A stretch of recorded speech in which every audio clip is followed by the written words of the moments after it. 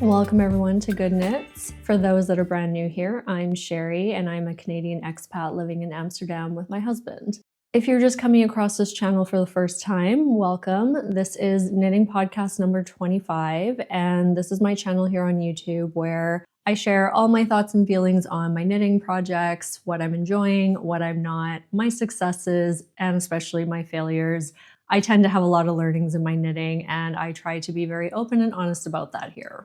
I would consider myself quite a mindful creator. I tend to be very considerate about the projects that I'm working on and how those fit into my overall wardrobe and my color palette.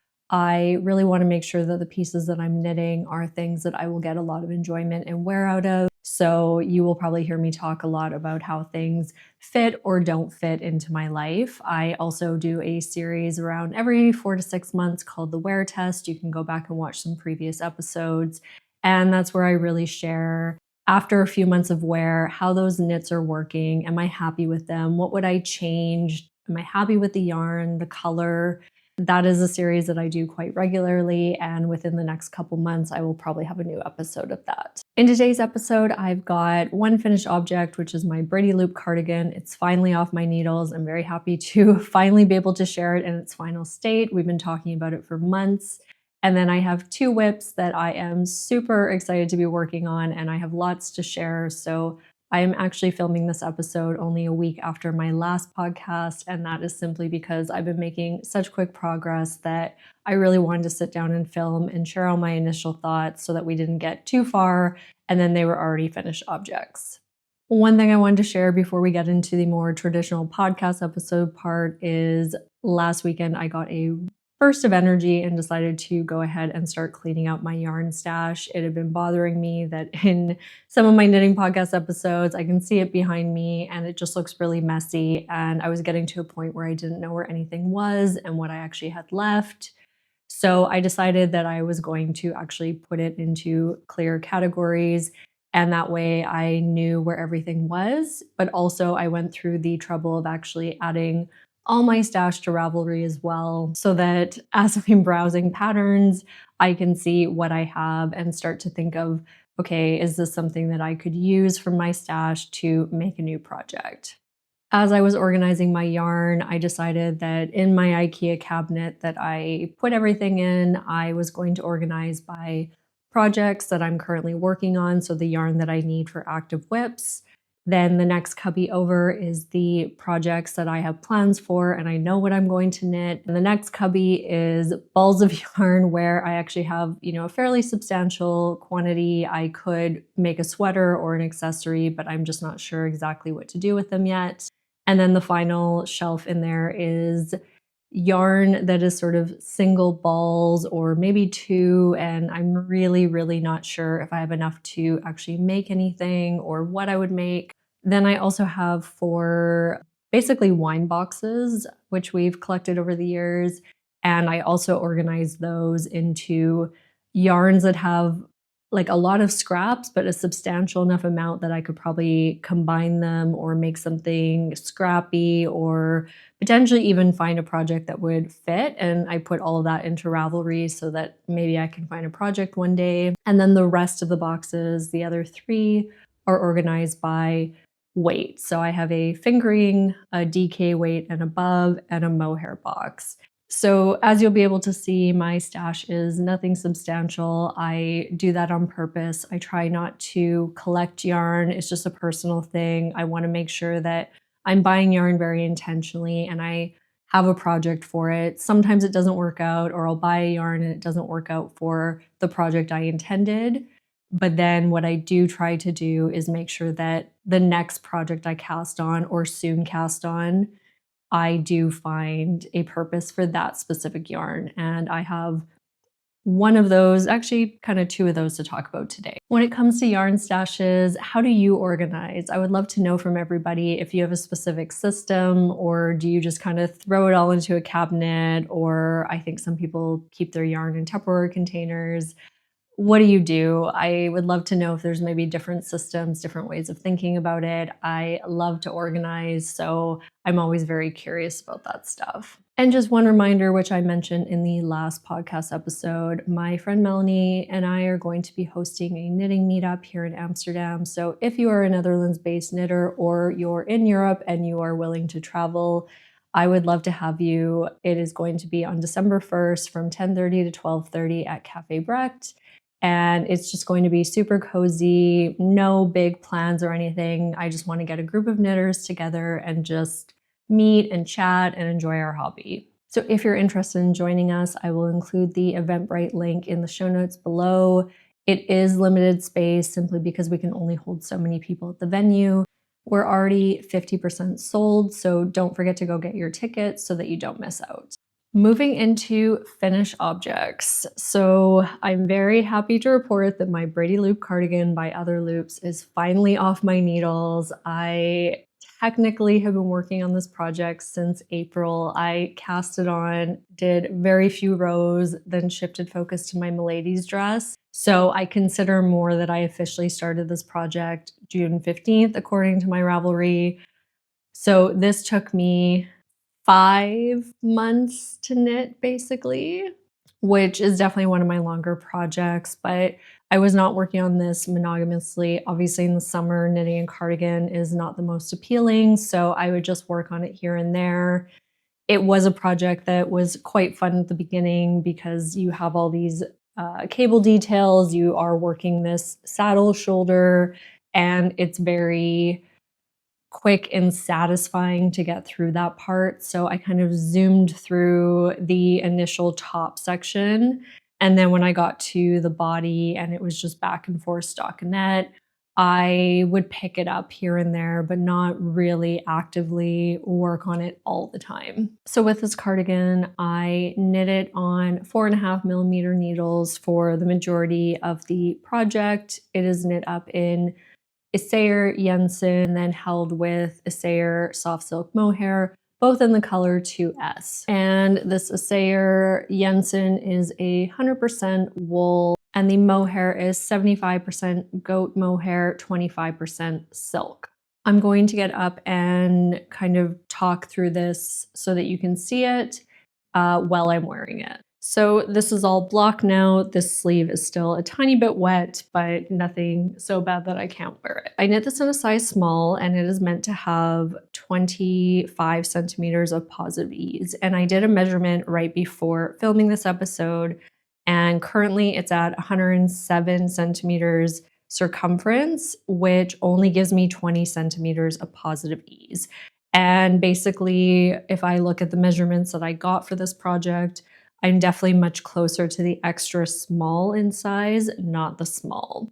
My gauge ended up being 19.5 stitches by 29 rows, and it was supposed to be 18 by 27. So I ended up knitting tighter than I had expected, which is strange because my gauge swatch was correct on this. So that would explain why the size is not exactly as I expected. I am happy with the sleeve length. I do think the fit works, but it does feel like a little bit too tight to my body and not exactly the look I was going for. I have since added the buttons, which I went and picked up at the button store last week. There is a place in Amsterdam with the grumpiest button lady, but they have an amazing selection. So one thing with the button band I'm noticing is I added the buttons this morning, and I have had this on my cardigan number 4 as well. It just feels like the band is stretching and it doesn't just look straight. And if I undo it, you can see these waves. I would love to know from you guys, is that happening to you as well, or is there a way to fix that? I have noticed in some people's cardigans in general that also happens. Is it because the button placement is off? I did go in and adjust these top two to be a little bit closer to the edge. I need to do the same with this one because, yeah, I do find it's pulling a little bit too much, and I think that might be the culprit. I'm not quite sure yet how I actually intend to wear this, if I'm going to do it with the button band open or the button band closed. I think in general I tend to be more of a button open kind of gal, but then with the button band kind of looking wavy, I don't necessarily like the look of that right now. And I'm not sure if it's because I did the ribbed button band instead of a double knit button band. Would that have changed things? I have never personally worked a double knit button band, so I can't speak to how the finishing of that looks and if it would differ from the rib that's called for in this pattern. But perhaps I would have had better success doing a double knit band. I mentioned in the last episode, I am not totally happy with the color of this, and many of you left very sweet, kind messages saying you actually think this looks great on me and I'm just maybe being a bit too hard on it. I really appreciate that, and it's nice to know that everybody thinks that this actually looks quite good with my coloring. However, even seeing it on camera today, I'm still feeling very much the same. It's just this grayish white color that I feel like is washing me out a little bit. And I think this is maybe a good example of a piece that doesn't feel that interchangeable in my wardrobe with this style of cardigan. So I have my cardigan number 4, which is a very similar kind of color. It's this whitish gray. It's very cool, and I wear it a lot with, like, I would say, jeans and dressier navy trousers. I find the oversized cloud look of it actually goes quite well with a lot of the items in my wardrobe. So I'm not sure what it is about that cardigan that I just feel overall more happy with. But for this, maybe it's because I didn't get the ease that I expected.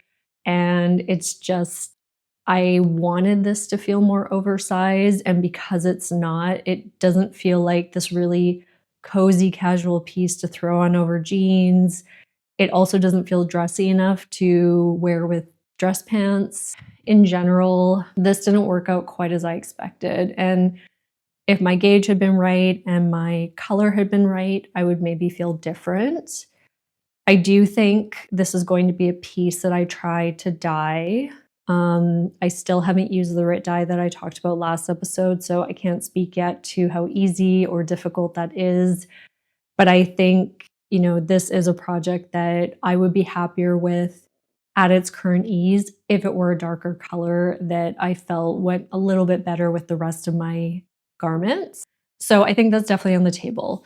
I can't really speak to this fully yet because, like I said, this sleeve is still wet. I haven't had a chance to wear this. It literally, the buttons went on right before this. So I'm going to reserve full judgment until probably my next wear test video where I can really talk about, am I reaching for it? Does it fit in my wardrobe? Because when I finished my cardigan number 4, I actually felt like I was never going to wear that piece. I also, I think, said very similar. I don't know if it really goes with anything. And that ended up being one of my most worn tops. So perhaps I will feel differently about this once I've had a chance to actually pair it with different things, try out outfits, see, okay, I don't have a lot of cardigans in my wardrobe, so having another option I think will also be really nice. There is a very good chance that I'm going to change my mind on this. So I don't want to be too hard about it today because that's not fair. I haven't had a chance to wear this even once out in public. And I guess the final thing to talk about on this piece is the cost. This is definitely one of my pricier knits that I've ever made. Total cost for this project was 155 euros and 80 cents, which I would hope spending that much, I would be a little bit more excited about it because I don't typically spend that much on yarn. We're gonna see. Maybe this is something that will end up being worth the cost, but the Jensen yarn was $9.50 per 50-gram skein. I bought 8.5 and ended up using only just under 8. So I do have a whole 56 grams, I think, left, and I need to figure out what I'm gonna do with that. And then on the Mohair side, I bought 6 balls. I paid 11 euros each, and I have just under 6 left. So for that, I did use the majority of the Mohair that I had, and I have very little left.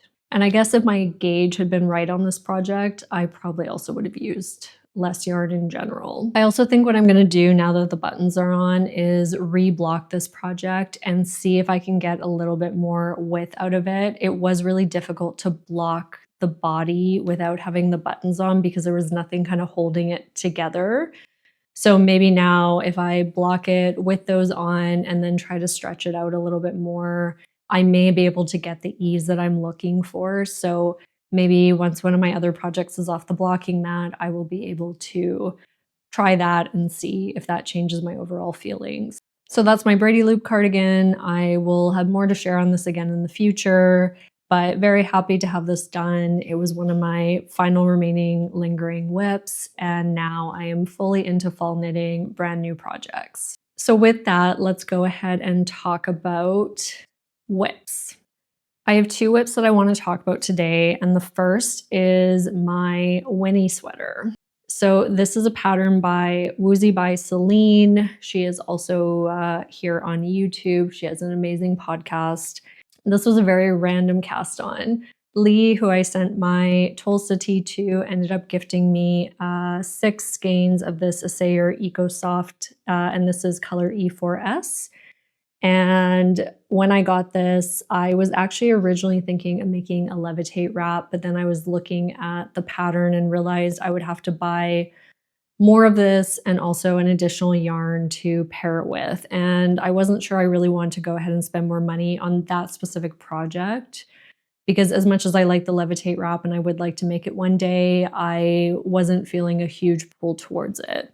So I was trying to find a project where I could use just this yarn by itself and ideally the yarn that I had and not have to buy any additional. And that's when I came across this Winnie sweater, which I think was only released 4 months ago, maybe not even that long. I really love the way that Celine's pictures look. She used also the Eco Soft in a slightly more chocolatey, warm brown, and I just thought it looked so cozy. So this is very similar to the Gallant by Kadri sweater that I made earlier this year, back in, I think, February, March.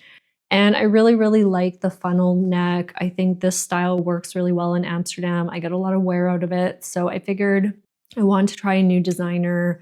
And because I had the yarn, this seemed like a good pattern. So I am making this in a size small. I did have to size down for needles. She calls for 5.5 millimeter. I'm making it on 5.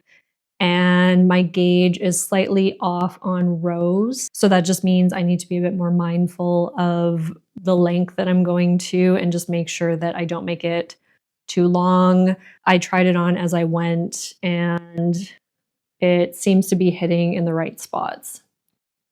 So this stitch marker here is where I was a week ago when I showed you this piece. And now this is how far I am. So last night I joined under the arms. Now I just have to knit down the body. I think this is going to be one of my quicker knits that I've ever done. I mean, knitting on 5 millimeter needles, it goes so fast. And now that I've got this far, I'm actually really excited to have it in my wardrobe. I was a little bit worried about this yarn because it is, let me double check. This yarn is an interesting combo. So it is 56% alpaca, 44% cotton Pima. And it has a little bit, like it's very soft, but it also has a little bit of an oily kind of feel to it.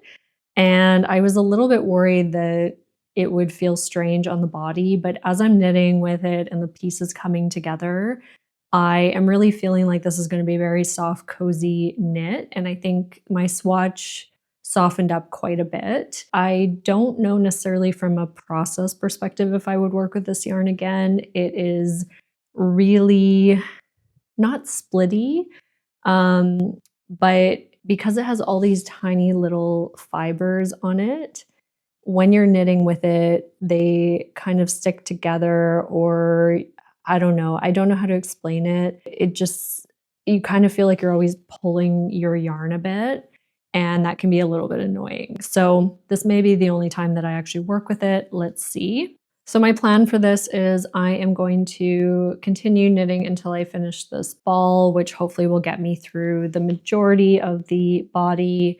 And then I think I'm going to move on and do one of the sleeves. Now let's talk about the knitting process for this. I will say on this pattern, I am really enjoying making it because the written instructions are very clear. She includes videos sometimes when the techniques need more visual cues. But I also just appreciate that after each section, Céline also includes this is the stitch count and the distribution of stitches that you should have. I always find that just a really nice mental push to actually go double check that you're in the right spot. And I think that makes it a very beginner friendly pattern. Of course, I could go ahead and calculate my stitches and make sure that I am at the right amount, but just having it actually written really reduces that mental load of having to figure out the numbers. And even yesterday, I thought I had made a mistake on one of my increases, and just having that number there to reference, I could easily be like, okay, I've done one additional decrease since that last section. Therefore, I should have this amount of sections or this amount of stitches in this specific section. And I just went and counted, and then I didn't have to rip back and redo. I just easily knew where I was at. So really well written pattern. I appreciate that. I assume most of her other patterns are very similar. So that's just maybe something to keep in mind if you're looking for a more beginner friendly pattern.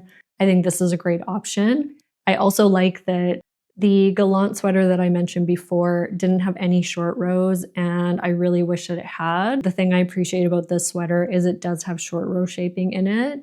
So I think if I were to make, let's say, ever the Gallant sweater again, I think I would actually combine the short row shaping from this and apply it to that sweater. But they're very, very similar. So I actually think you could just get away with buying one or the other. The main difference on this sweater being, I think, kind of the raglan style shaping. It's done differently. This is actually make one right, make one left. The Gallant sweater is a right and left leaning increase where you pick up the stitch kind of different. And then this one has bell sleeves, whereas the Gallant sweater has straight sleeves. I personally am more preferring these straight sleeves, so I think I'm just going to go ahead and omit the bell sleeve on this, which hopefully will also save me a little bit of yarn. While I was working on this, the vast majority of this project has a 2-row repeat. So it differs slightly depending on what section you're in and which type of increases you need to do at that point.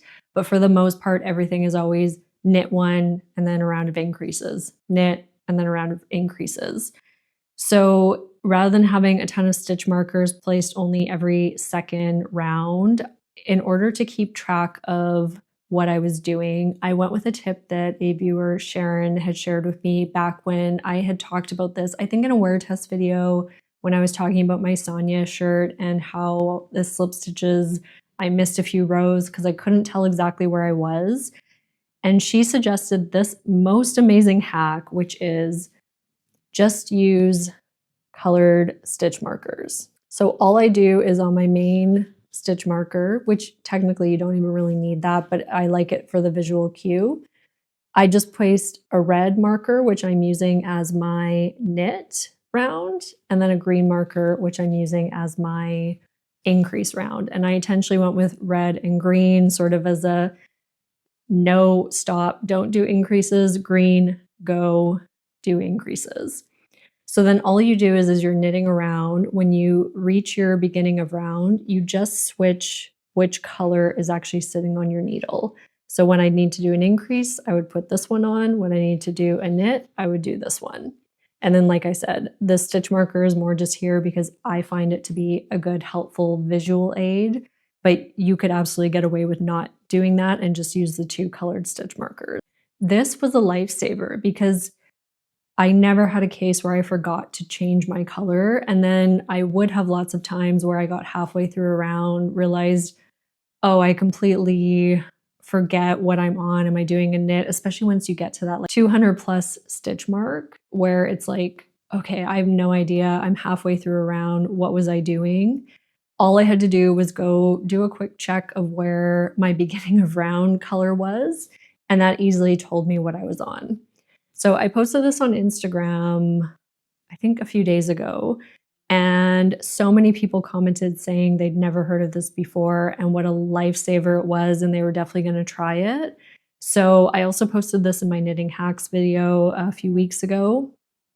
Have any of you tried this before? Did you already know this? Is this a brand new suggestion to you? Because this is incredible. I think it's cheap. You could go ahead and buy an actual proper stitch marker for this, but yeah, I mean, it's the most simple, obvious thing now that I've done it, but I never thought of this before. Definitely use this hack if you just have a 2-round repeat and you just want something really quick and easy to remind you of what you're on. Then the only other thing I have to say on this right now is I did make a mistake on the raglan increases. So what happened is once I finished all the sleeve increases, so you do, I think for me, 42 rounds where I was just doing increases for the arms and you weren't doing any body increases. Then when I got back to doing sleeve and body increases at the same time, I didn't fully read through the pattern and I missed the fact that it said knit to 1 stitch before the marker. I've since removed all the markers. So knit to 1 stitch before the marker, make 1 right, knit 1, slip marker, and then make 1 left for the sleeve increase. I didn't read that correctly. And so I was knitting and I just knit to the marker, made 1 right, slipped the marker, made 1 left. And then as I was going, I'm like, this doesn't feel right. Usually you wouldn't be doing increases this way where you do it on one side and then immediately on the other.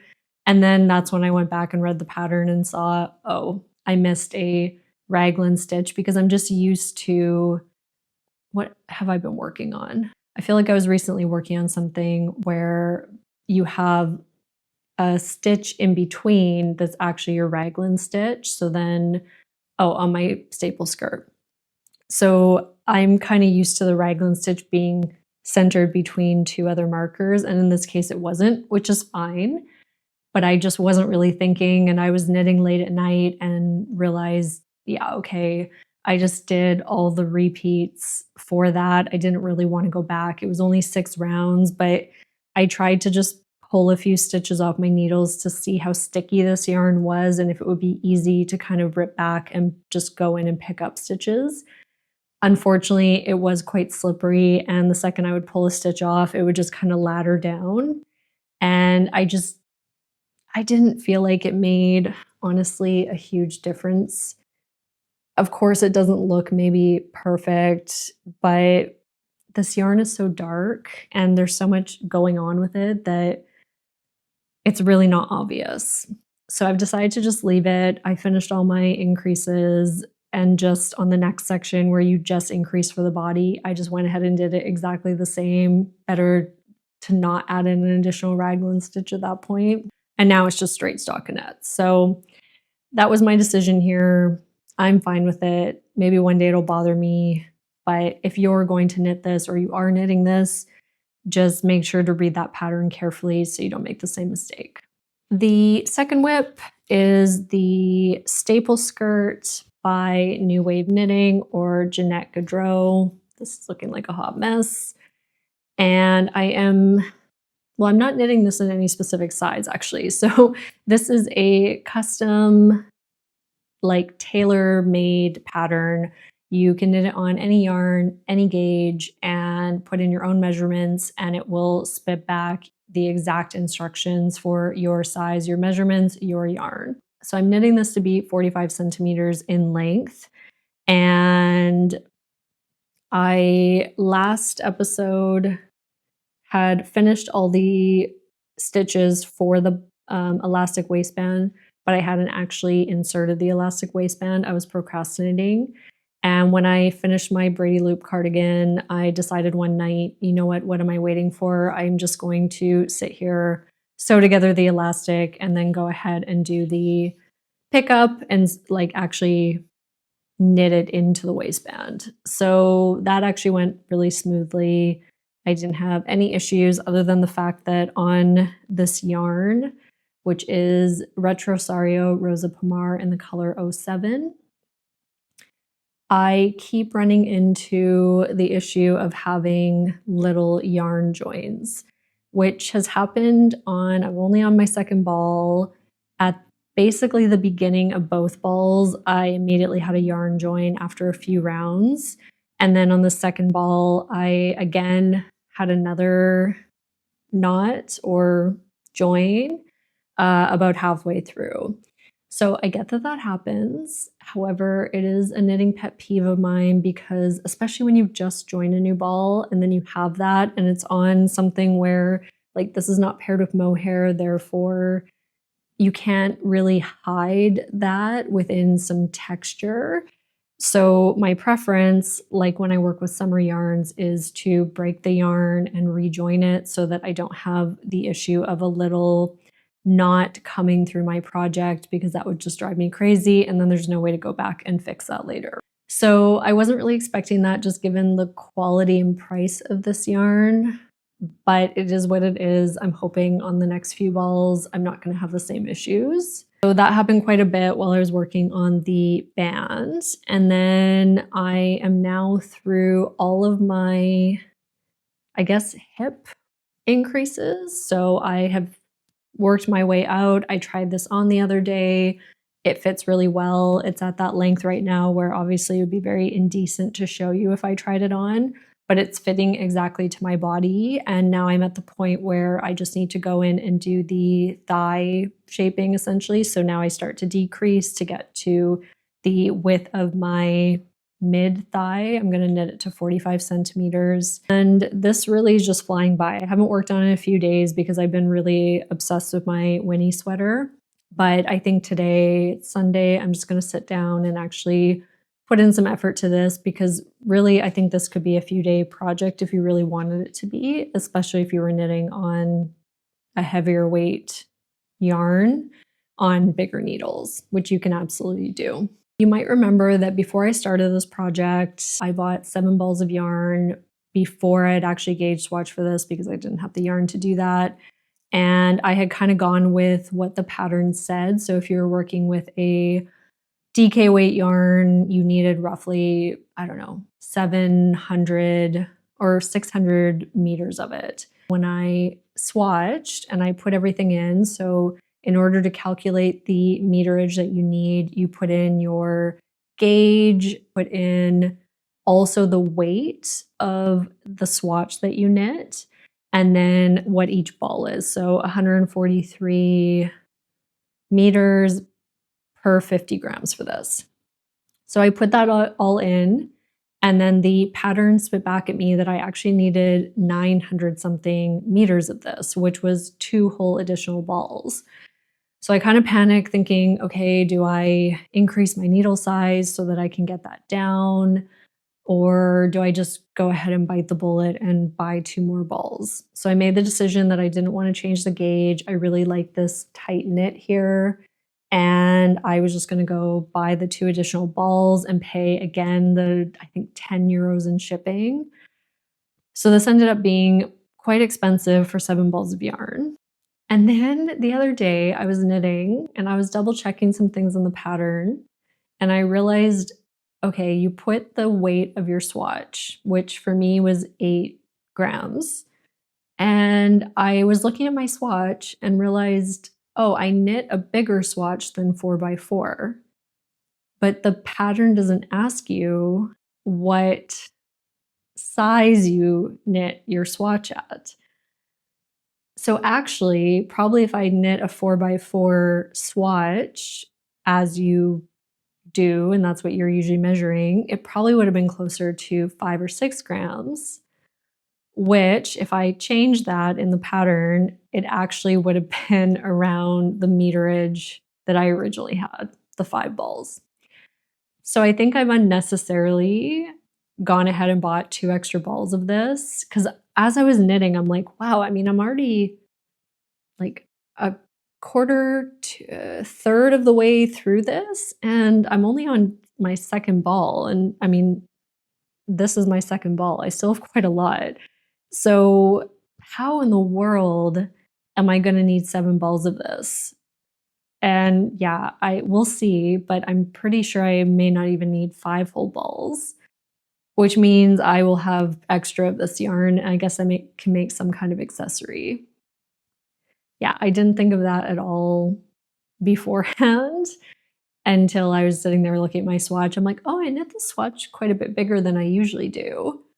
And then remembered, oh yes, they add the weight to the pattern and that would have impacted the meterage that I needed. That is something, if you're going to knit this pattern, maybe be mindful of that you may not need as much yarn if you knit a bigger swatch than is actually called for to do your gauge. But yes, overall, back to the actual pattern, really happy with how this is working. I think this is a beautiful purple, really excited to have it. And I am already thinking about what I want my next one to be. And I think I'm going to go ahead and buy some either Noro Madara Sake or an Assayer tweed yarn and knit a second one, because I'm seeing all the skirt number 1 pictures from My Favorite Things Knitwear. She just released a very similar skirt pattern, and I'm not going to go ahead and buy that pattern, but I think I'll just knit this one again in a different yarn. Because yeah, why buy another pattern? It doesn't look like it's all that different. Oh, I nearly forgot. So with this pattern, she suggests when you cast on to use a slightly bigger needle. So either a bigger needle or 2 needles held together so that you end up with a quite big gap in that first setup round. And I use 2 needles. So I use my smaller one and my bigger one from the pattern. And that way my cast on edge was very loose. And the purpose of that is that when you go to sew down your elastic waistband or like knit in your elastic waistband, you can easily spot the stitches from the setup row. And that was honestly a game changer. I think worked even better than a lifeline usually does. This, I mean, it was so easy. I was literally working on this at night in quite dim light, and I had no problems spotting that first round in order to pick up the stitch. And I got to the end with exactly the right amount of stitches. So if you are doing a skirt like this or anything where you have a folded band and you are able to create that one row to be slightly bigger, I would suggest doing this. Either a bigger needle to start or 2 needles held together will make all the difference. Moving on to plans, I don't have any acquisitions to talk about, but there's just 2 small plans that I would like to talk about and also get your opinion on. So last episode I mentioned I had bought this Filcolana Peruvian Highland wool in the color Nougat, and I was going to make a zipper sweater light with this, but I ended up not being happy with the yarn. This is not as dark as I was expecting it to be. And I had been planning to just persevere and, at least cast on the zipper sweater and see how I felt about it. But those of you that have been watching for a while very rightfully pointed out, anytime I've said I don't like the color or I have any doubt, I end up not being happy. So I just really should not continue if I'm already feeling this way. So thank you for that. I agree. So I do like the color of this yarn overall. I just don't like it for the zipper sweater specifically. It's not what I was imagining for that piece. But I don't want to give up on this yarn. I also realized I'm past the return period, so I'm kind of stuck with it. And I don't want to go ahead and sell it. I do think I can make this work. I have, I think, 12, maybe even 14 balls of this. And a lot of people said, why don't you pair it with darker mohair? Because then that will make it look darker like I want. It will give that heathered textured look to it, but make this a little bit more salvageable. And I definitely don't want to make the zipper sweater heavy version with the mohair because I think it'll be too hot. So I went back to the drawing board. I was looking at, okay, I want to make a cardigan. What cardigan do I think would work? I was originally thinking of the cardigan number 8 from My Favorite Things Knitwear, which she did in a really beautiful yarn. I think it's the Onling 5, which is no longer available. And I really like how oversized that one looks. It just looks really comfortable. But As you know, if you've been watching for a while, I do also really try to knit from designers that I'm not as familiar with, and I don't want to just keep knitting from my favorite things knitwear and petite knit all the time. And so this is no exception. I really wanted to find a cardigan that was from a newer to me designer or just somebody that I haven't worked with as much. And I ended up coming across the perfect cardigan, and that is the Puro cardigan from Rui Yamamuro. And I am sure I'm saying that incorrectly, and I apologize, but this cardigan I've come across it a few times now in the last couple weeks, and it just jumps out at me every time. I don't typically gravitate towards very boxy cardigans, but this one, for some reason, I just feel like I can make work in a lot of different ways. And even the thing that hits me right away is I have this really longer length funnel neck green long sleeve dress from Mango. And I feel like this cardigan over top of that would just be so cute. Like maybe it won't actually work in the end, but that's how I'm picturing it. And then of course over jeans and pants and all of that. But I do think because it's like boxy but cropped and it still seems to have a little bit of tailoring factor to it, I think that that's going to work really well. My plan for this week is to swatch this with just a random mohair from my stash to see if I can get gauge, because I'm not exactly sure if I can make it work, but I'm going to try. And I think I will have to go down in needle size to make it work from what the pattern calls for. So that's my intention, swatch, see, and if I am happy that I hit gauge, I'll go ahead and buy a darker mohair. Gapard Garn has in their kids set a really dark chocolatey brown, which is, I like that it's more of like a solid mohair, and I'm not seeing that from a lot of other brands. So that's the plan for this yarn. I'm feeling really happy about it and glad that I found another project. And then the other yarn that I was reminded I have in my stash that I would really like to find a purpose for is the Gapard Garn Kids Setta in the color 240, which is Red Panda. Is it 240? Yeah, 240. And I bought this originally for my Popo jacket, and it just ended up being a bit too orange. But I do really like the color of it, and I want to work with this. However, I'm not sure if I want to spend more money to pair it with a fingering or DK weight yarn. And so I've been trying to think, okay, is there a mohair only pattern that I could make? I was recently watching Nicotina Knits, and Evgenia had knit the Cumulus O-neck blouse. And I hadn't really been thinking that I wanted that in my wardrobe, but seeing it on her, I was really like, oh, okay, I have the V-neck, shirts of the Cumulus, and I find the V is a little bit too high sitting for me. So the O-neck seems like a viable option. I also consider just making another Micaela sweater because I really like the one that I made from Mareka Knits. So yes, I am thinking either the Cumulus O-neck blouse or the Micaela sweater, and then just holding this double. The only problem is I am one ball short. I would know also just based on knitting the Micaela sweater, I will need 7 balls. I will probably have a tough time getting the same dye lot for this. So if for some reason you're out there, you have Gapard Kids Setta in Red Panda, and it is dye lot 237517. Let me know if you have one extra ball sitting around of this. I don't even think I need a full ball. It's just probably half. So if you have that, let me know, because I will definitely, if I hold this double, need to buy a little bit more.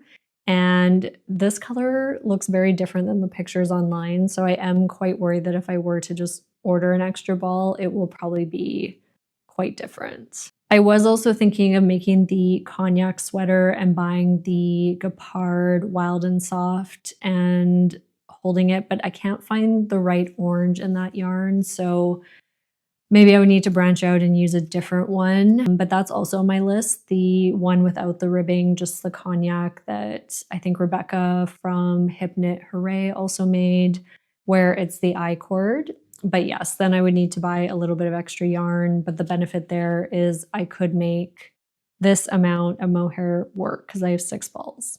So also, I am having a tough time searching on Ravelry for mohair only sweaters. I really tried. I've clicked many different filters and I can't seem to get the exact search criteria that I want.